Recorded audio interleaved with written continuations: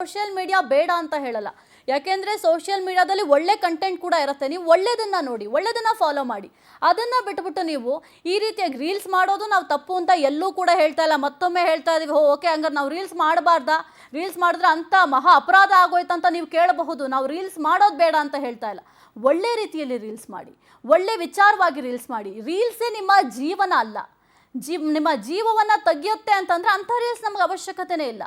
ನಿಮ್ಮ ತಂದೆ ತಾಯಿ ನಿಮ್ಮನ್ನು ಕಷ್ಟಪಟ್ಟು ಓದಿಸಿ ಸಾಕಿ ಬೆಳೆಸಿ ಅವರ ಎದೆಯ ಎತ್ತರಕ್ಕೆ ನೀವು ಬೆಳೆಯೋ ಥರ ಮಾಡಿ ನಿಮ್ಗೆ ಅಷ್ಟು ಪ್ರೀತಿಯನ್ನು ತುಂಬಿ ಅಷ್ಟು ಚೆನ್ನಾಗಿ ನೋಡ್ಕೊಂಡಿರ್ತಾರೆ. ನೀವು ಒಮ್ಮೆಯೂ ಕೂಡ ಅವ್ರನ್ನ ಯೋಚನೆ ಮಾಡದೆ ಈ ರೀತಿಯಾಗಿ ಸೂಸೈಡ್ ಮಾಡ್ಕೋತೀರಾ, ರೀಲ್ಸ್ ಹುಚ್ಚಿಗೆ ಬಿದ್ದು ಬೆಟ್ಟದ ಮೇಲೆ ಹೋಗತ್ತಿ ರೀಲ್ಸ್ ಮಾಡ್ತೀರಾ ಅಂದರೆ ಅವರ ಪರಿಸ್ಥಿತಿ ಏನಾಗಬೇಕು? ಸೋಷಿಯಲ್ ಮೀಡಿಯಾನ ನೀವು ಯೂಸ್ ಮಾಡಿ, ಆದರೆ ಒಳ್ಳೆ ರೀತಿಯಲ್ಲಿ ಯೂಸ್ ಮಾಡಿ, ಒಳ್ಳೆ ಕಂಟೆಂಟ್ ಮಾಡಿ, ಎಲ್ಲರೂ ಕೂಡ ನೋಡ್ತಾರೆ. ಈಗ ನಾವು ನ್ಯೂಸ್ ಮಾಡಿದ್ರು ಅಷ್ಟೇ ಅದನ್ನು ಸೋಷಿಯಲ್ ಮೀಡಿಯಾದಲ್ಲೇ ಹಾಕೋದು, ಸೋಷಿಯಲ್ ಮೀಡಿಯಾದಲ್ಲಿ ಹಾಕಿದಾಗ ಅದನ್ನು ಕೂಡ ನೋಡ್ತೀರಾ.